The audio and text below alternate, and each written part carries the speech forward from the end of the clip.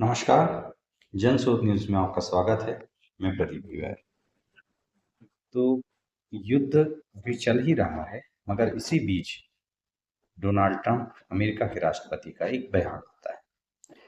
बयान में वो कहते हैं कि ईरान का युद्ध अब अंतिम पड़ाव पर है। हमने और इजराइल ने मिलकर जो योजना बनाई थी, वो फलीभूत हुई और हमारे टारगेट सटीक हुए। इसलिए युद्ध अब अंतिम पायदान पर है और जल्द ही युद्ध समाप्त होने वाला है और ईरान समर्पण करने वाला है। इस सब खबर से बाजार यू टर्न ले गया। जो क्रूड का जो ब्रेस्ट क्रूड था, उसकी जो कीमत $120 के आसपास पहुंच रही थी प्रति बैरल, जो कि एक खतरनाक स्तर था, वह अब लुढ़क कर $90 प्रति बैरल की स्थिति में आ गया है। इससे पूरे दुनिया भर के शेयर मार्केट भी लहलहा उठे। भारत समेत पूरी दुनिया के मार्केट में लगातार तेजी देखी जा रही है।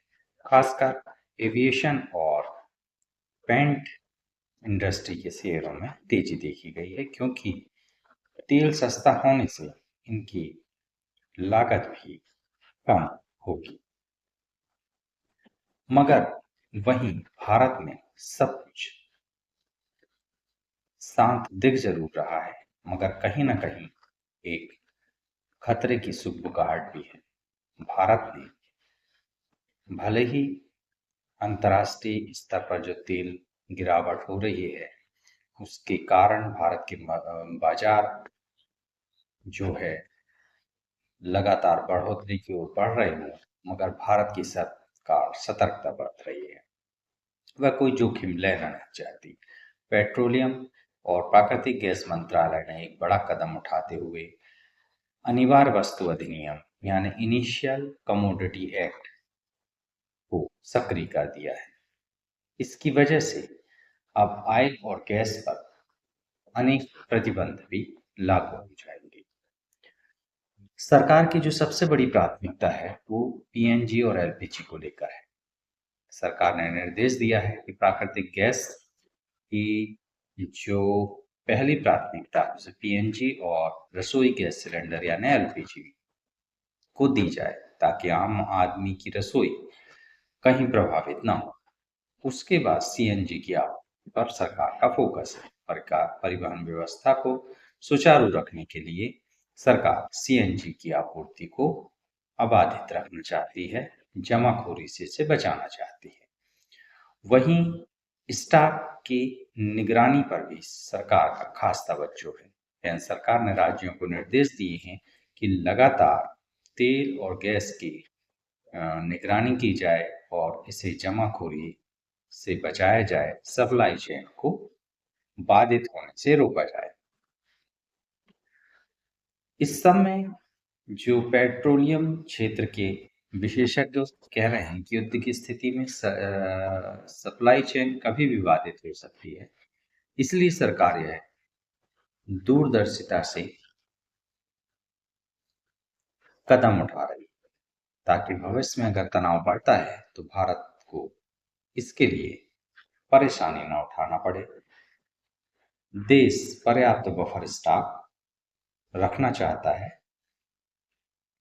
और उसे सुरक्षित रखना चाहता है, मगर चीजें इतनी भी आसान नहीं है, क्योंकि अगर ऐसा ही होता तो बात यहीं रुक जाती, कमोडिटी एक्ट लगकर उसे रोक लिया जाता। मगर बात इससे भी आगे बढ़ चली है और अब राज्य भी अपने अपने राज्यों में अपने स्थानीय स्तर पर भी कमेटी का गठन कर रहे हैं, जो कि ऑयल एंड गैस के सप्लाई और डिस्ट्रीब्यूशन को सीधे सीधे मॉनिटरिंग करने वाले हैं और इस पर विशेष तवज्जो देने वाले हैं। आखिर ऐसा क्यों हो रहा है? इसके दो कारण हो सकते हैं। कहीं ना कहीं सरकार के पास में ऑयल और गैस की उतनी उपलब्धता नहीं जितनी वो बता रही है, एक कारण ये हो सकता है। दूसरा कारण ये हो सकता है कि विपक्ष इस समय का फायदा उठाकर जमाखोरी और सप्लाई चेन को बाधित करने का प्रयास कर सकता है, क्योंकि राजनीति में कुछ भी जायज है। और खासकर भारत में तो बहुत निम्न स्तर की राजनीति बहुत पहले से ही चल रही है। खैर, कारण जो भी हो, अगर सरकार इस तरीके के कदम उठा रही है तो अंततः वह कस्टमर को ही, यानी आम आदमी को ही फायदा होने वाला है। मगर सरकार इसमें कितनी कारगर होती है, ये आने वाला समय बताएगा। इस सब से भारत पर भी गंभीर प्रभाव पड़ने वाले हैं। एक तो महंगाई पर लगाम लगने वाली है। अगर कच्चे तेल की कीमत $90 के आसपास रहती है तो भारत में पेट्रोलियम और डीजल के दाम नहीं बढ़ेंगे, जिससे ढुलाई का भी, यानी ट्रांसपोर्टिंग का भी व्यय नहीं बढ़ेगा और इससे महंगाई पूरे देश में बढ़ने से रुक सकेगी।